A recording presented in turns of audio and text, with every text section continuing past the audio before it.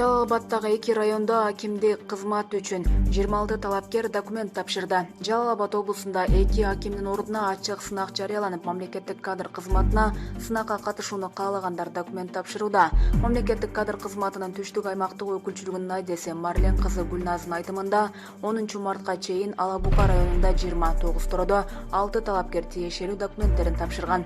Ала Бука, Тогуз Торо райондорунда ваканттык орун болуп, 2 акимдик кызмат орунга ачык сынак жарыяланган.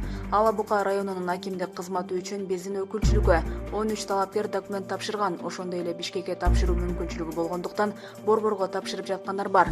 Бүгүнкү күнгө чейин 20 талапкер болуптур. Тогуз Тородо 6 талапкер катталган. 15 мартка чейин тапшырса болот. Дагы өзгөрүүлөр болушу мүмкүн, деди ал. Булак турмуш KG.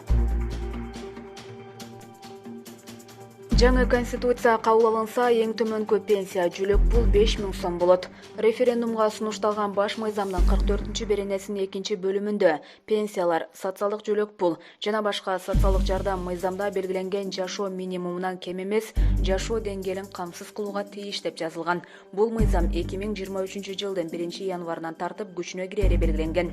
Демек, конституция кабыл алынса, 2023-жылы жашоо минимуму канча деп белгиленсе, мамлекет жарандар андан кем эмес пенсия пособия берүүгө милдеттендирилет. Эске салсак, 2020-жылы Кыргызстанда жашоо минимуму 5359 сомду түздү. Ал эми пенсионерлердики 4785 сом, 17 жашка чейинки балдардыкы 4015 сомдон 5139 сомго чейин. Бул ушунча каражат менен бир адам бир ай жанын бага алат дегенди түшүндүрөт. Булак Спутник KG.